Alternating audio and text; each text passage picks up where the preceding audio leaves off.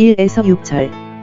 앞장 끝에는 구약 시대에 살았던 거룩한 하나님의 사람들에 대한 언급이 있으며 그들은 신성한 계시를 기록할 때 성령의 기록으로 사용되었습니다. 그러나 처음에 그는 그들이 그 당시에도 참된 선지자뿐만 아니라 거짓 선지자도 교회에 있었다고 말합니다. 교회의 모든 시대와 모든 경륜의 시대에 하나님께서 참된 선지자들을 보내실 때 마귀는 구약에서는 거짓 선지자를, 신약에서는 거짓 그리스도, 거짓 사도, 미혹하는 교사를 보내 미혹하고 속이게 했습니다. 그들의 임무는 파괴적인 오류, 심지어 저주받을 이단을 끌어들이는 것입니다. 하나님이 보내신 교사의 임무는 진리의 길, 곧 영생에 이르는 참된 길을 보여주는 것입니다. 저주받을 이단과 저주받을 관행이 있습니다. 거짓 선생들은 해로운 오류를 퍼뜨리는 데 부지런합니다. 지독한 이단은 일반적으로 진리의 외투와 색깔 아래 은밀하게 들어온다. 파괴적인 이단을 소개하는 사람들은 그들을 사신 주님을 부인합니다. 그들은 하나님께서 보내신 위대한 선생이 세상에 있는 죄인들만큼 많은 죄인들의 세상을 구속하기에 충분한 대가를 치르신 유일한 구세주이자 구속주임에도 불구하고 그분에 대해 듣고 배우기를 거부합니다. 다른 사람들에게 파괴적인 오류를 가져오는 사람들은 그들 자신에게 신속한, 따라서 확실한 파괴를 가져옵니다. 자기 파괴자는 곧 파괴됩니다. 그리고 다른 사람들에게 파괴적인 오류를 퍼뜨리는데 너무 완고한 사람들은 확실하고 갑자기 파괴될 것이며 그것은 구제책이 없을 것입니다. 진실의 망토와 색깔 아래 파괴적인 이단을 소개하는 사람들은 그들을 사신 주님을 부인합니다. 그들은 하나님께서 보내신 위대한 선생이 세상에 있는 죄인들만큼 많은 죄인들의 세상을 구속하기에 충분한 대가를 치르신 유일한 구세주이자 구속주임에도 불구하고 그분에 대해 듣고 배우기를 거부합니다. 그는 다른 사람에 대한 결과를 말하기 시작합니다. 그리고 여기에서 우리는 다음을 배울 수 있습니다. 그릇된 길은 악한 길이나 많은 사람이 그 길로 행할 준비가 되어 있느니라. 사람은 죄악을 물같이 마시며 그릇된 가운데 살기를 기뻐하느니라. 예언자들은 거짓 예언을 하고 사람들은 그것을 좋아합니다. 오류를 퍼뜨리는 것은 진리의 길에 대한 악한 소문을 일으킬 것입니다. 곧 길이요 진리요 생명이신 예수 그리스도의 구원의 길입니다. 기독교는 진리의 하나님을 저자로 하여 목적이신 참 하나님을 누리는 가운데 참된 행복에 이르게 하며 하나님을 기쁘시게 섬기는 수단으로 내적 진리를 행하게 합니다.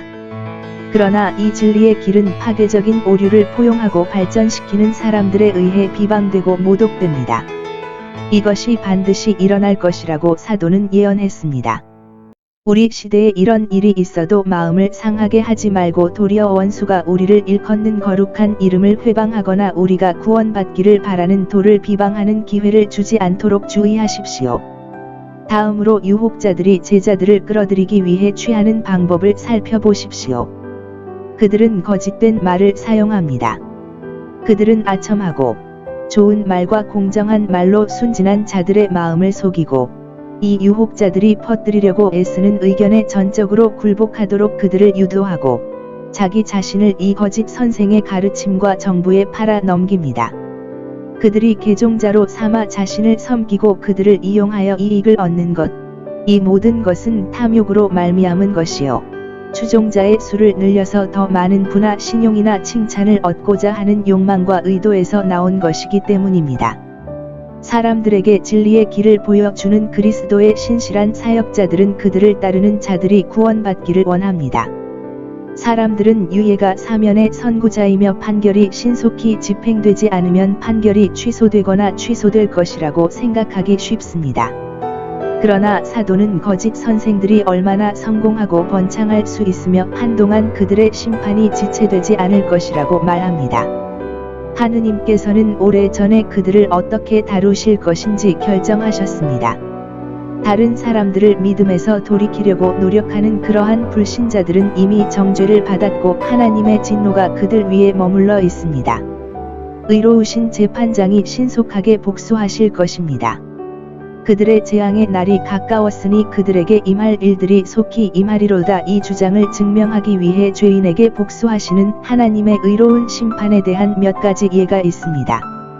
하나님께서 범죄한 천사들을 어떻게 다루셨는지 보십시오. 어떤 탁월함도 죄인을 형벌에서 면제하지 못한다. 만일 우리보다 능력과 지식이 더 많은 천사들이 하나님의 율법을 범하면 그 율법이 정하는 형벌을 그들에게 금휼도 가감도 없이 집행하리니 이는 하나님이 그들을 용서치 아니하셨음이니라. 그러므로 범죄자가 얼마나 훌륭한가에 따라 그만큼 형벌이 더 가혹하다. 본성의 존엄성에 있어서 인간보다 유리했던 이 천사들은 즉시 벌을 받습니다. 며칠 동안 그들을 아끼지 않고 그들에게 베푸는 호의도 전혀 없습니다. 죄는 죄를 범하는 사람의 품위를 떨어뜨립니다. 하늘의 천사들은 그들의 불순종으로 인해 그들의 탁월함의 높이에서 쫓겨나고 그들의 모든 영광과 위엄을 박탈당합니다. 하느님께 죄를 짓는 사람은 누구든지 자신에게 명백한 상처를 줍니다. 하늘의 하나님을 거역하는 자는 다 지옥에 떨어지리라. 영광의 절정과 비참의 깊이 사이에는 그들이 안식할 수 있는 장소나 상태가 없습니다. 피조물이 천국에서 죄를 지으면 지옥에서 고통을 받아야 합니다. 죄는 어두움의 일이고 어두움은 죄의 삭시입니다. 비참함과 고통의 어둠이 죄의 어둠을 뒤따릅니다. 하나님의 법의 빛과 인도를 따라 행하지 아니하는 자들은 하나님의 얼굴의 빛과 그의 임재의 위로를 박탈당할 것이다. 죄가 사람을 형벌에 매이듯이 비참함과 고통은 사람을 형벌 아래에 가둔다. 그들의 비참함인 어둠이 그들을 가두어 고통에서 벗어날 수 없게 합니다. 고통의 마지막 정도는 심판의 날까지가 아닙니다. 하나님께서 천사들을 대하신 것과 거의 같은 방식으로 옛 세상을 대하신 방법을 보십시오. 그는 구세계를 아끼지 않았습니다. 범죄자의 수는 자질보다 더 이상 호의를 얻을 수 없음을 의미합니다. 죄가 보편적이라면 형벌도 마찬가지로 모든 사람에게 미치게 될 것입니다. 그러나 의인이 적으면 보존될 것이다. 하나님은 선을 악으로 멸하지 않으십니다. 진노 중에도 긍휼을 기억하십니다.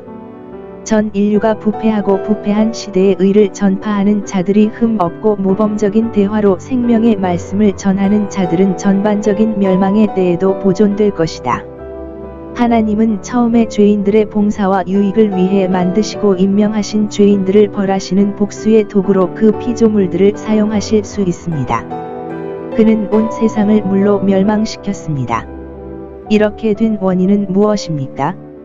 그것은 경건하지 않은 사람들의 세상이었습니다. 불경건은 인간을 하나님의 보호에서 벗어나 완전한 멸망에 노출시킵니다. 하나님께서 소돔과 고모라를 어떻게 다루셨는지 보십시오. 그들이 여호와의 동산과 같은 땅에 있을지라도 그처럼 비옥한 땅에 죄가 많다면 하나님은 곧 비옥한 땅을 황무지로 물이 넉넉한 땅으로 티끌과 재가 되게 하실 것입니다. 어떤 정치적 연합이나 연맹도 죄 많은 백성의 심판을 막을 수 없습니다. 소돔과 이웃 도시들은 천사들이 그 본성의 위엄으로 옛 세상이 그들의 엄청난 수로 말미암아 안전하지 못한 것과 같이 그들의 정규 정부로 더 이상 안전하지 못하였다. 하나님은 교정할 수 없는 죄인을 벌하기 위해 반대되는 피조물을 사용하실 수 있습니다. 그는 옛 세상을 물로, 소돔을 불로 멸망시키십니다. 불과 물이 자기 백성을 해치지 못하게 하시는 분. 4:43. 은 적들을 멸망시키실 수 있습니다. 그러므로 그들은 결코 안전하지 않습니다. 가장 극악무도한 죄는 가장 통탄할 심판을 가져온다. 그들의 악덕이 가증스러운 사람들은 그들의 재앙으로 유명했습니다. 주님 앞에서 심히 죄인인 자들은 가장 무서운 복수를 예상해야 합니다. 이전 시대의 죄인들에 대한 형벌은 이후에 올 사람들을 본보기로 하기 위한 것입니다.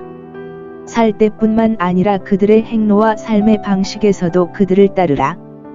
불경건하게 사는 사람들은 그들이 여전히 불경건한 행로를 계속한다면 그들이 무엇을 기대해야 하는지를 보아야 합니다.